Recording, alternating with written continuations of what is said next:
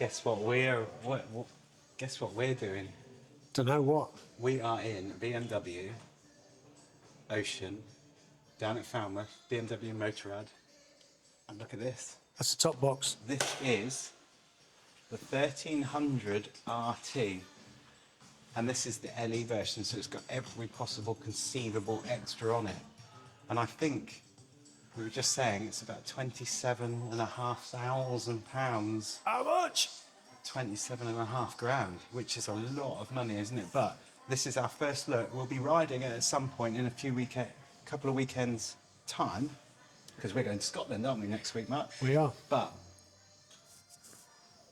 when I first saw it on the pictures, I thought, what have BMW done? And initially I was really upset with BMW because they promised this amazing launch event, and their launch event was like a 2.5-minute video going, oh, this is great, this is great, this is great. But when they did the RT 1250, they had this massive 30-minute talk with the people that designed it and why they designed it and what it's got on it, and I thought that was really good, but they didn't do that this time. So this is our first look. I saw it coming off the crate. It was quite an experience. 2 days ago? Yeah, seeing the bike being taken off a crate and then built and that sort of thing. But shall we start at the front? So the design is very different, isn't it, than It looks the boxy. normal 1250 RT. I think what they've tried to do is almost amalgamate the 1300 GSA looks with the squareness into, but you can see it, that it is an RT, can't you? But these lights, they've got a myriad or plethora of LEDs, and you can upgrade them to something like 31 LEDs or something on the normal lights and the highlights or something like that. But these lights are really lovely. So if I press the on button, Oh my word, they're probably flickering. they probably are, but not in real life, but aren't they amazing?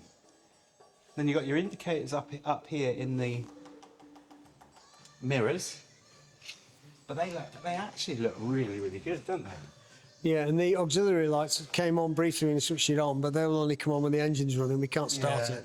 What's that? But I like them. Oh, I like that's the 'cause that's not lights. I think they. What does the flash look like? Nice. Oh, look at that. Look at that. Awesome. That is nice. And this has got, I'm just shouting to Chris, this has got the adaptive, isn't it, lighting?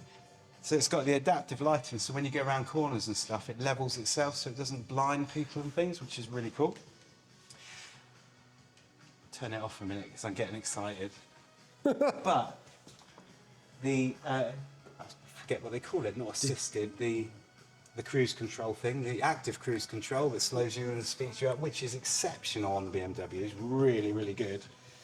And then they, little things like this, the things that I'm not sure I like that much is that they've added a lot more black plastic before you get the coloured options, so the white would be there, or the triple black, or the whatever they're calling the green colour. But on the old ones, the colour came out to the front, and yes, you had the black in the middle, but there's a lot more black. I actually like that. I like that mudguard. I actually like it. I think it's the same size front tyre as an old one, but the styling's amazing, isn't it? It is pretty cool. So I'm going to get on it. Oh, really? Yeah. Do we have to slow that bit down where you, oh, look at, oh. Do you know what? Oh, you haven't even sniffed it yet. Weird. Do you know what? We were talking and we were saying about the mirrors, and the sales guys were saying that the mirrors seem to be weird. They seem a little bit higher up than the 1250 RT. So you would be looking underneath. I know what he's saying now. You would be looking underneath. Well, don't you do that anyway? But that's what I'm used to anyway. Yeah, but this has got the anti-collision protection, all that sort of stuff. Just looking at your ear, sorry. Oh, looking at my ear.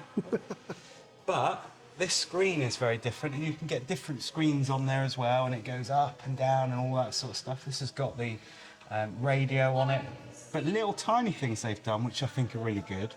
You've got your auxiliary port here. Why are they still using that hideous DIN connection? I know, but I'm sure you can change that, but it's in the right place rather than here sticking up, so it's actually not attracting any water to get into the connection. And then over this side, Mark, the buttons for your radio or your favourite buttons are there rather than down here. I've got to be honest, Cool. I really don't get that. I don't get that, the radio playing on a motorbike. No, neither do I. I wouldn't have the radio on there unless I bought a second-hand one that somebody else had already paid for the money. But hey, each to their own. Yeah. Each to their own. And then what they've done on the front is you have your phone pocket on there, which is really good actually. A phone pocket there, because on the old RT we had a pocket just here. Yep. In that pocket, I've got a 15 Pro Max, which is a big iPhone. You can't get it in there and charge it because it's got a small quad lock case on it. This one, that's going to fit in there nicely with wireless charging by the looks of it, although we'll confirm that when we do the ride out. I'm going to break it now. The phone would go in there. I've just seen if that lifted. And in there, and then you'd push that in and that would hold your That phone would fit in. any phone, wouldn't it? I really quite like that, but I would still keep my phone in my pocket unless I needed to charge it, because I like to have the phone with me. If the bike goes somewhere else, I want the phone with me so that I can call the emergency services and stuff. But overall, this feels like an RT. Same old connections as usual, Yeah. like on the GSA, the GS. I know it sounds really stupid, but when I got on the 1300 GSA and I rode it, it felt like a GSA. This feels like an RT. They haven't changed the feeling. You know, when you worry about whether, if you're a stalwart GSI owner or RT owner, when they bring out a new one, you worry about it being a completely different bike. It's new. It feels very thin. Very thin. Be nice to ride it, but it feels like an RT. I don't feel like I'm sat any further forward. In fact, I feel a little bit more comfy than on Alvin or Barney. No, we go another But bike. only comfortable unless Chris comes up with like a 14 grand deal on this. Anyway, there are some different things on this than there are on the other RT. So the other RT had all this plastic around here that had to be screwed on and screwed off. But that led to being very, very hot in some very, very hot situations. Now, I need to be cool, and that's going to cool me off. Apparently, the air comes through here. But looking in there, I mean, it's really well designed. Germans are just exceptional designers, aren't they? But I'm wondering what the longevity of that will be. And actually, how many is it a gimmick, or how many people would use that? I don't know, because the 1600 has got the turny outy inny things. So this is nothing. Is that a technical term? Yeah. Yeah. Sorry. The Germans spoke to me and said, can you use the inny outy turny thing? That's a German technical term. Yeah. But I do like that. The only thing I would have thought, this is electric, everything else is electric. Why aren't these electric? I'm glad it's not, because there's just one more thing to go Well, wrong. yeah, it is, but this is like 27, nearly 28 grand's worth of bike. I feel almost like a criminal sat on it, but you know, you've still got to reach down and do that. What, one on when either you're side? riding. There's one on either side. But see the gap that gives you. I reckon that would be a lot of air coming at you rather than being hidden away. I think that's really cool. And then, of course, you've got this lovely tank. Look at that. Weirdo. And I've seen it in black, and I've seen it in this blue colour. I like the blue. The blue is very nice, the black is very nice, but I think I would still like a white one. Because the white, I think, just shows up a little bit more. The black seems to mould into everything else, although it's very, very nice. And this has got no clutch, because this is the ASA version. What other things has it got on it that you need to tell us about? It's got lots of things on it. It's got a seat. There you go. Heated Two front seats. seat, heated pillion seat, heated handrails. How do they which are work? Operated down here. There's a handy switch down here to operate them. I'm not sure I can get in there. Just down there, underneath there. I'm clicking it, so you Yeah, should I be can able to see hear it. And it's got a heated backrest. How's that going to work, though? See the thickness of the backrest? It's going to have some sort of like 3-bar 1980s heater in there, isn't it? Because how's that going to get through? Like a proper back radiator. protector? Yeah. But I like the idea for, you know, there will be a lot of people that have this that have got pillions. And pillion comfort is a real important thing for those people. But you get the I think they're still called Vario. Are they, Chris? Vario? They're still called Vario panniers. So they open. And it's all central locking. It's all central locking, all done by the key. But these panniers come out. Now, This for me would be the downside. I've seen the RTP version, and the RTP panniers are much better than this. They open up, and I do not understand why BMW continue to make boxes that open sideways. For anybody that's touring and doing a lot of miles on the road, this is just really cumbersome. Well, for example, when we came back the other week from Spain and Portugal tour with RiderCamTV Tours, you wouldn't have been able to get that open in the car deck with all the bikes there. No, but this has got the added option that at the moment this is on its widest capacity, but with a quick turn, and I do like the fact that they have added this. So for normal riding, and then you click that back in, and now it's the thin version. And they come off really easy. You know, you've got this switch at the back, you turn the key, same as you would on a normal RT, or on the older RT, and then take them off. I do actually like the style of them. They really do fit with the bike. But little things like all this black plastic, it's better for when people throw their foot over that you don't scratch all the plastic. But the only colour is, you know, much smaller, and you know how black plastic goes when you don't clean it properly and it goes all faded and that sort of stuff? What, like my bike? Well, I wasn't going to say that, but you're going to have to really treat this well, aren't you, so that it stays looking really, really nice. You can buy that stuff off Pledge. the internet, you see. Pledge will be it. DrySparkle. WD-40 is brilliant for this. Yep. Really brilliant for it. Massive pillion foot pegs. In case you're carrying a Sasquatch. Yeah, please don't comment if you're a Sasquatch. And then you have this cavernous box. Now I think we were talking earlier, and the set of luggage, if you want all three, is like £1,500, something like that. But it opens itself. You have these struts inside here. Inside here, that Mark is laughing. I can't believe you're excited by a box that opens itself. USB charging, which is good for the top box. One thing I didn't see whether there was USB in any of the side cases. Doesn't look like it. No, not in there. Oh, they've got lighting there. There's a light there. I don't know how that light comes on, but there is a lighting there. I know on the the GS panniers, the light works. Doesn't come on with the bike on. Oh, hang on. Oh, there it is. It's on. There you go. So you need the ignition on for it to come on. So you've got lighting in that side. Have we got lighting in the top, Mark? Yeah, there is. Oh. A light. A light. And then have we got lighting this side? I would be a little bit disappointed for 27 grand if there wasn't one. Oh, we've got lighting. So you've got lighting. And a little pocket at the back there.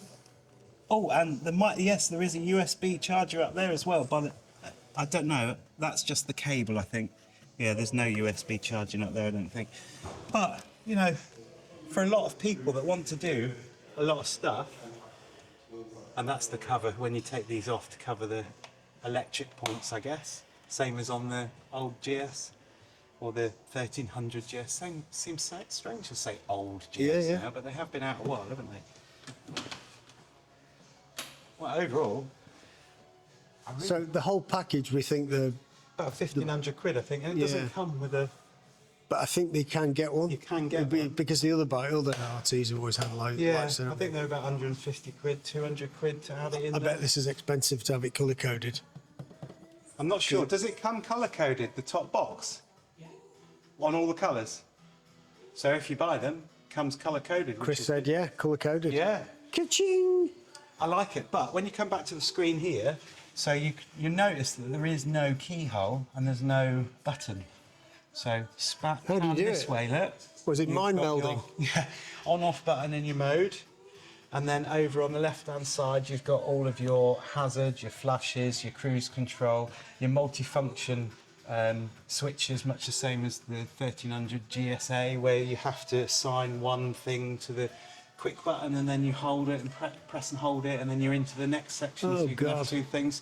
So for me, riding this sort of bike all the time when I'm touring, being able to just press a button, presumably you'll be able to program these for your heated grips. But on the GSAs and stuff, having to go through all that fuffery, Faffery. Faffery. You just made a word up. Yeah, well, I've met Antoniini outy things. It's good. This channel's great, isn't it? It's groundbreaking. And I think I saw somewhere that you can have tubular bars as well, but I actually quite like this, even though it cuts down the amount of things you can fit on the handlebars. Yeah, I do quite like them. But the seat is really comfy. But that's a lowered seat, This is the lowered seat, yeah. apparently. Yeah, and you've got your seating heat controls there as normal, and of course you've got this beautiful engine that is lovely, It's like and the whole frame is like die cast, isn't it, rather than a tubular design. So it looks more boxed in than the yeah, old to be one. able to clean it is going to be a lot easier because there's a lot less. Well, what that means is you'll be cleaning the outside, you won't be cleaning behind those Well, panels. that's very true, and they can get really dirty, can't they?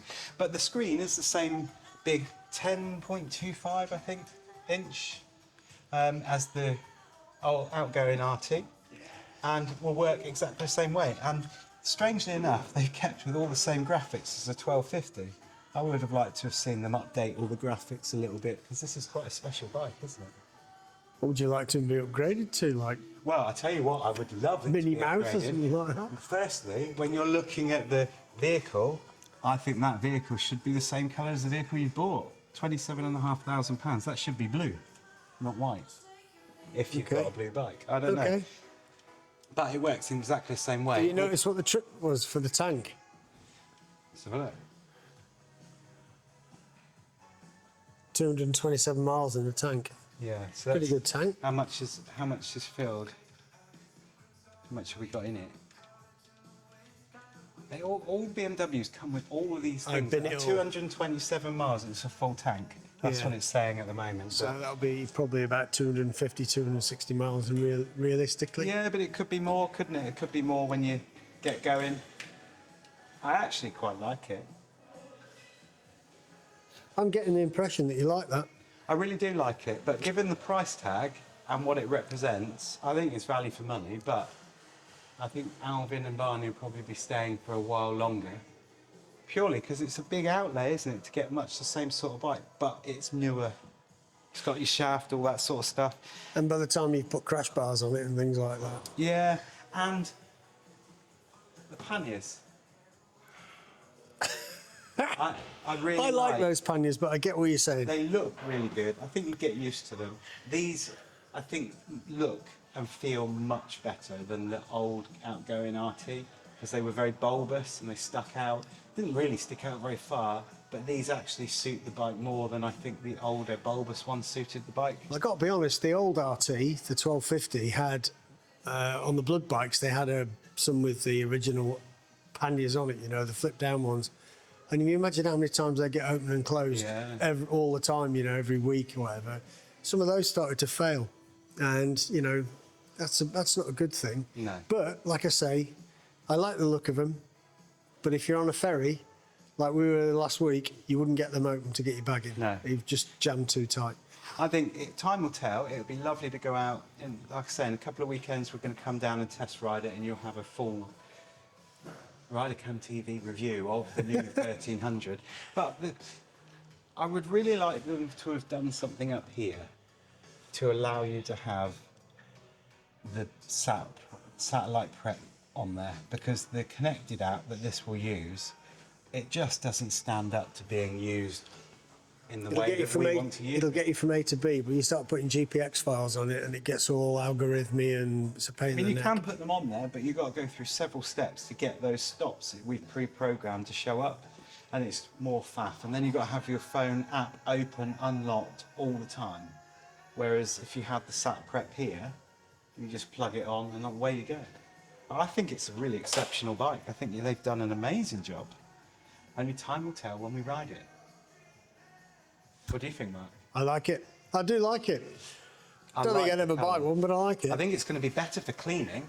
Now, when you come around here, look at the gap. The thing that I find with my two RTs is to get in and out and to clean there. You've got to turn the ignition on, get the screen right up, and you've got to fit. But look, I'd be able to get down there and polish it without actually moving the screen. How cool is that? That's actually not going to make me buy it, I must admit. Well, yeah, but some people will, because some people like looking after their bike, Mark. Oh, okay. Anyway. Was that like a public telling off? No, not at all. Take it as you will. I think it's a really lovely bike. We heard a handy fact. A handy fact? Yeah, after we recorded it. Look at this thing. Now, what can you see there? It's an open slit.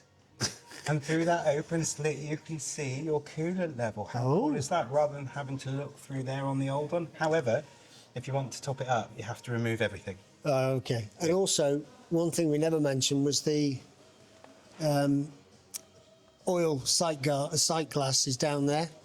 Can you see it? Yeah, it's this thing here. Which is fantastic, because it's actually better than that round circular thing. The round circular thing is a bit of a pain to look at. First sat on it, feels like an RT, hence it's an RT, but it feels like they've kept the thought of the RT. Can't wait to ride it. So we'll see you in the next video.